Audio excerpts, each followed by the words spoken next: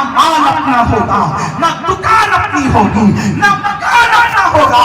یاد رکھنا مسلمانوں، جس نام کے لیے لڑتے ہو، میرا نام میرا نام میرا نام، کسی مفکر نے کہا تھا کہ مرنے کے بعد سب سے پہلے اگر کوئی چیز چھینی جاتی ہے تو اسے نام ہی کہتے ہیں۔ اے نام کے لیے لڑنے والوں، میرا نام نہیں لیا، میرے نام کا ذکر نہیں کیا، میرا نام نہیں آیا۔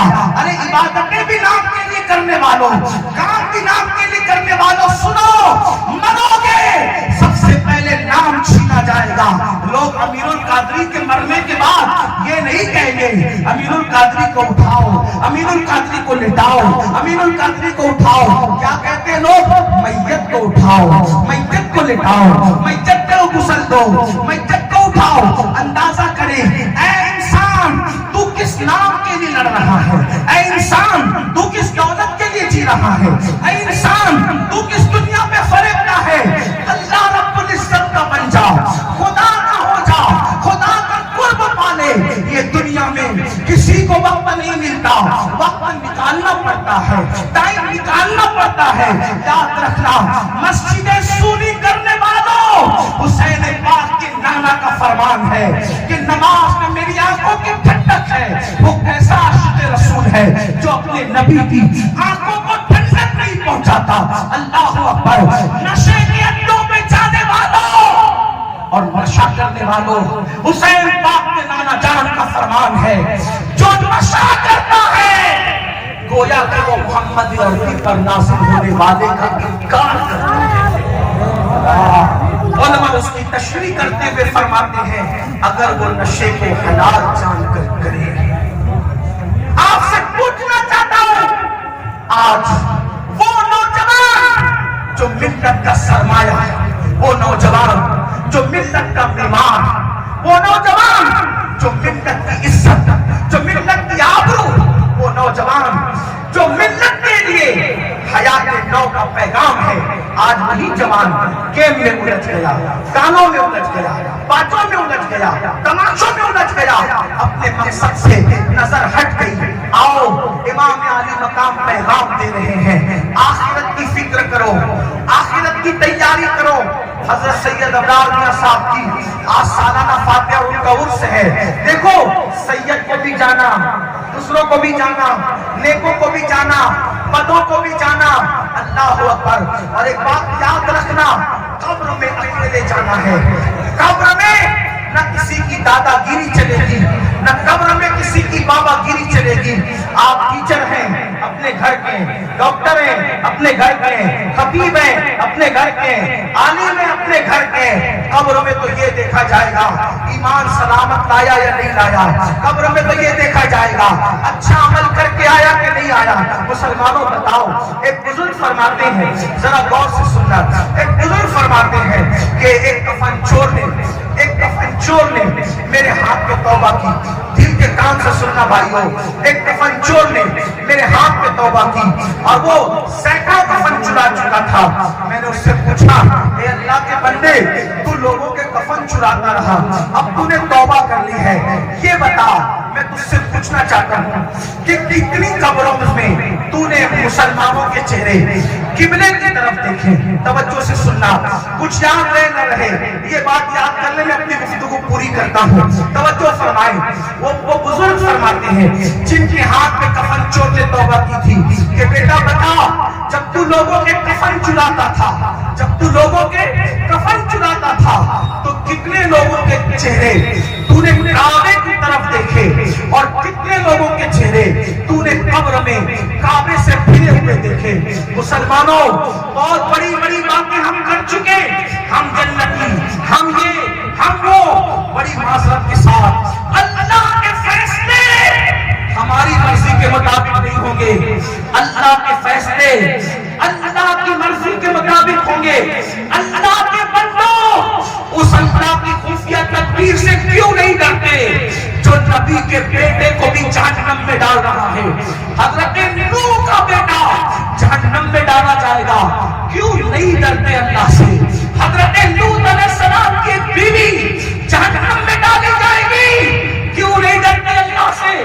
بنی اسرائیل پر جو جو پتھر برسے، ان کے چہرے جو سور اور بندر کی طرح کیے گئے، وہ معمولی لوگ نہیں تھے، وہ اولاد پیغمبر تھے، اولاد پیغمبر۔ قرآن پڑھ کے کیوں نہیں ڈرتے اللہ سے؟ جب اللہ نبی کی اولادوں کے منہ جرائم کی وجہ سے راتوں رات سور اور بندر کی طرح کر سکتا ہے، تو اپنی کیا اوقات ہے؟ شراب پینے والوں، نشے کی دوائیں ہاتھ میں لینے سے پہلے تمہارے ہاتھ کیوں نہیں کانپتے؟ یہ سوچ کر کہ اگر وہ بنی اسرائیل کو سور اور بندر کی شکل دے سکتا ہے تو میرا کیا حال ہوگا؟ کسی عورت پر باپ کی نظر ڈالنے سے پہلے آنکھیں کیوں نہیں کانپتی کہ وہ اللہ جو لوط علیہ السلام کی قوم پر پتھر برسا سکتا ہے تو وہ میرا کیا انجام کرے گا؟ یاد رکھنا، کب تک کہ شیطان کے مکر کا شکار رہو گے، کب تک خود فریبی کا شکار رہو گے، کب تک سوچو گے کہ صرف میں جنتی ہوں، میں جنتی ہوں؟ کیا سرٹیفکیٹ ہے آپ کے پاس؟ کیا ثبوت ہے آپ کے پاس؟ برا لگے تو معاف کرنا، لیکن اتنا ضرور کہوں گا، پچھتانا ہے تو یہاں پچھتا لو، رونا ہے تو یہاں رو لو، گڑگڑانا ہے تو یہاں گڑگڑا لو۔ تمہیں نہیں پتا وہ ام المؤمنین سیدہ عائشہ صدیقہ جس کے بستر پہ قرآن نازل ہوتا ہے، وہ اللہ کے خوف سے روتی ہے تو دوپٹہ نچوڑنا پڑتا ہے، وہ اللہ کے خوف سے روتی ہے تو دوپٹہ نچوڑنا پڑتا ہے۔ ہمیں کب ہوش آئے گا؟ ایک دن مرنا ہے، ایک دن موت ہے میرے بھائی۔ اور سود کے دھندے کرنے والے میرے بھائی، عورتوں پہ پاپ کی نظر ڈالنے والے میرے بھائی، روایتوں میں آتا ہے جو عورتوں کو پاپ کی نظر سے دیکھے، جب وہ مرے گا تو مرنے سے پہلے ڈر ہے کہ اس کا ایمان اس سے چھین لیا جائے گا۔ عورتوں کو پاپ کی نظر سے دیکھنے والا جب مرے گا اس کی زبان پہ کلمہ جاری نہیں ہوگا۔ کیوں نہیں ڈر لگتا اللہ سے؟ ایک روایت یاد آئی، اس کو پہلے بیچ میں کر کے پھر آخر کی طرف جاؤں۔ ایک بہت بڑا محدث تھا، محدث مطلب اس کو لاکھوں حدیثیں یاد تھی زبانی، لاکھوں، توجہ کریں، اس کو لاکھوں حدیثیں یاد تھی زبانی۔ جب وہ مرا، وہ مرنے سے پہلے عیسائی ہو کے مرا۔ توجہ، دھیان دو، اللہ سے ایمان کی سلامتی مانگو، اللہ سے ڈرو میرے بھائیوں۔ اتنا بڑا لاکھوں حدیثوں کا حافظ، محدث کہلانے والا، وہ محدث نہیں میرے بھیا۔ ہمارے یہاں پہ اسٹیجوں پر آسانی سے کوئی بھی علامہ بن جائے، محقق بن جائے، فقیر بن جائے، مجدد بن جائے۔ اسٹیج کے ناظرین بیچارے اتنے سخی ہیں کہ وہ راتوں رات جس کو جو چاہے بنا دیں، ساری حکومتیں پیچھے ان سے، یہ اتنے عظیم لوگ ہیں ناظم حضرات۔ لیکن بڑی معذرت کے ساتھ ناظم صاحب، آپ کو بھی اللہ کو جواب دینا ہے، اور جن کو القابات دیے جاتے ہیں ان کو بھی اللہ کو جواب دینا ہے۔ جس کے اندر جو صفت پئی اور وہ اپنی اس صفت پہ نازا ہو تو منبر رسول ہی بن پڑا ہے۔ اب جھوٹ کے لیے یہ ایک جگہ رہ گئی، برا مت ماننا، میں کسی کو نہیں کہہ رہا ہوں، لیکن میں اپنے آپ کو کہہ رہا ہوں۔ جب ہمیں لوگ علامہ بولتے ہیں تو ہمیں ڈر لگتا ہے اللہ کو جواب دیتے ہیں۔ ہماری جماعت میں دور تھا علامہ ارشد القادری کے علاوہ کسی کو علامہ بولا ہی نہیں جاتا تھا۔ جب بھی کوئی لوگ علامہ کہتے تھے تو لوگوں کو کون یاد آتا تھا؟ علامہ ارشد القادری۔ ارشد القادری کون ہے؟ جو زلزلہ لکھ کر کے صفحے باطن میں زلزلہ پیدا کرتے، وہ ارشد القادری ہیں۔ جب زلزلے کے جواب میں کوئی کھڑا ہوتا تھا تو پھر اس کو زیر و زبر لکھ کر کے پھر اس کو زیر و زبر کر دیتے تھے، وہ ارشد القادری ہیں۔ ایسا عشق رسول کا دھنی کہ جو ایک ایک دن میں دو دو مرتبہ کبھی کبھی دلائل الخیرات شریف پڑھ جائے، وہ ارشد القادری۔ ایسے لوگ تھے ہماری جماعت میں، لیکن جب سے ہم جیسے بچوں کو بھی لوگ علامہ کہتے ہیں تو ہمیں ڈر لگتا ہے کہ پھر ہم اللہ کو منہ کیا دکھائیں گے۔ لیکن لوگ ناراض بھی ہوتے ہیں کہ یہ ان لوگوں کو کہاں سے اٹھا کے لے کر آتے ہو، یہ زبردستی لوگ ڈرانے کی بات کرتے ہیں۔ ہم کہتے ہیں نبی آئے ہی تھے ڈرانے کے لیے۔